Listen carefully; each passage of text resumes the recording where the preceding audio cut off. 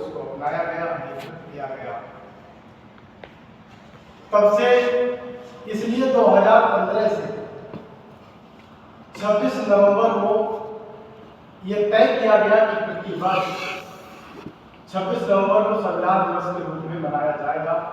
इसलिए हम प्रतिवर्ष 26 नवंबर को संविधान दिवस के रूप में मनाते हैं।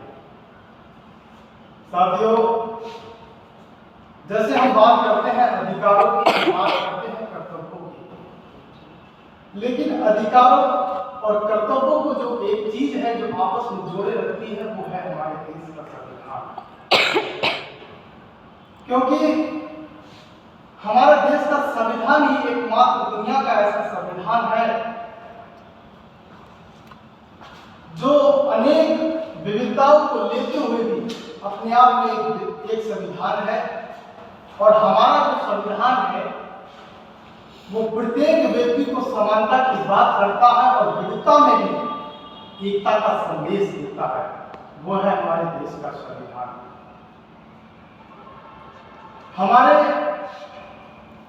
जो हमारा देश का संविधान है वो नैतिकता की पहचान है, वो लोकतंत्र की पहचान है। हमारा संविधान एकता और राष्ट्रवाद को कैसे आगे ले जाए उस बात पर बल देता है।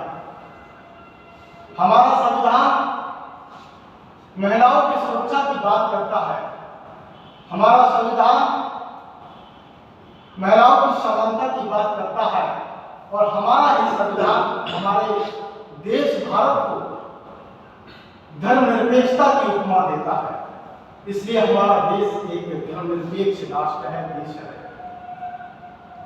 लेकिन साथियों, जब मैं ये देखता हूं और ये संविधान हमारी एकता की भी बात करता है, लेकिन जब मैं ये देखता हूं कि वास्तविक रूप से जो हमारे संविधान निर्माता थे जिन्होंने हमें ये संविधान दिया, तो क्या आज वर्तमान में ये वास्तविक रूप से संविधान के जो नियम है, जो कानून है, वो उसका पालन हो रहा है या नहीं हो रहा है? क्या जो संविधान में हमारे जो फंडामेंटल हमें जो राइट्स दिए गए हैं, जो हमारे मूल अधिकार हैं, क्या वो प्रत्येक देश के नागरिक को क्या वो आसानी से मिल पा रहे हैं?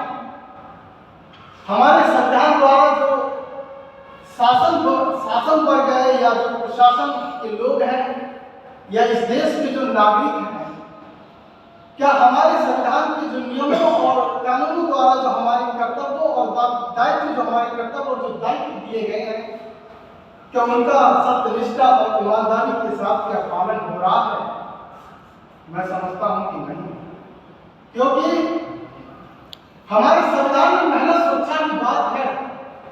और ये हमारे संविधान की एक बड़ी विशेषता है कि हमारे संविधान के जो मूल अधिकार है, जो 6 मूल अधिकार है, तो वो पहला जो मूल अधिकार है वो स्वतंत्रता का नहीं, वो समानता का अधिकार है। क्योंकि हमारे देश में बहुत ज्यादा डाइवर्सिटी है, विविधता है, क्योंकि बहुत से धर्म के मानने वाले लोग हैं। शायद विश्व में 8-9 धर्म की मान्यता है और ये हमारे देश का सौभाग्य कि उन 8-9 धर्म को मानने वाले भी हमारे देश में रहते हैं। हमारे देश में हर 50-60 किलोमीटर पर बोलियां चेंज हो जाती हैं, संस्कृति बदल जाती है, वेशभूषा बदल जाती है, खान पान बदल जाता है। फिर भी इतनी विविधता है हमारे देश में, लेकिन उस विविधता को आपस में जोड़े हुए भी जो रखता है वो हमारे देश का संविधान है।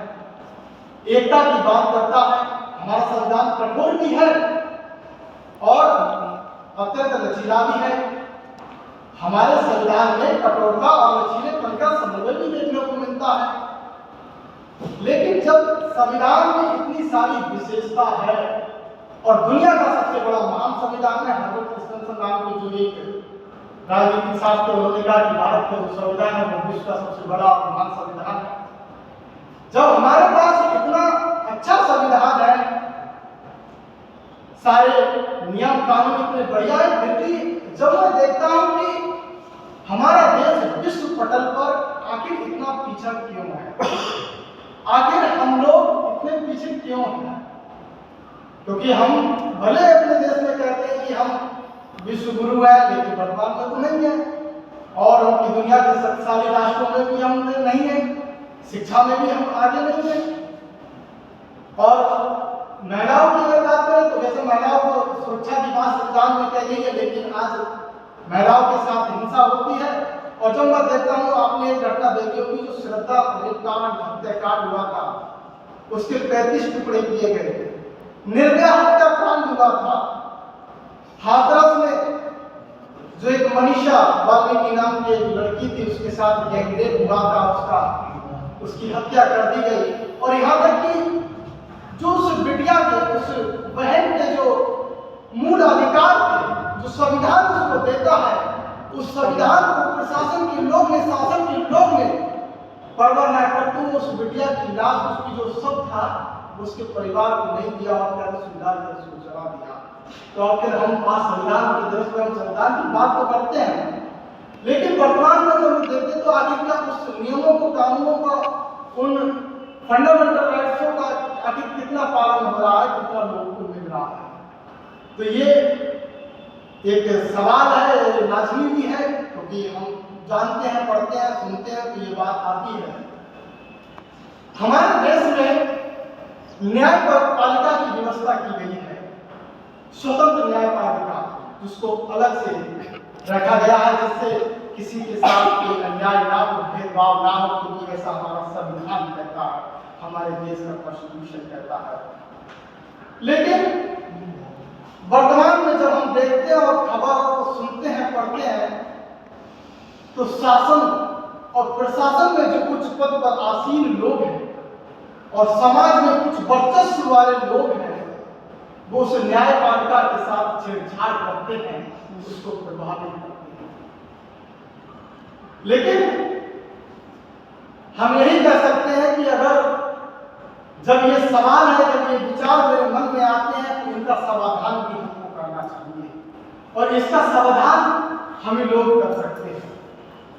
हमें इस बात को तय करना चाहिए कि जब हमारा देश धर्मनिरपेक्ष है, और जब धर्मनिरपेक्षता की हमारा संविधान हमारे देश को उपमा देता है, तो हमारे देश में फिर जाति और धर्म और मंदिर मस्जिद के नाम पर हिंसा क्यों होती है?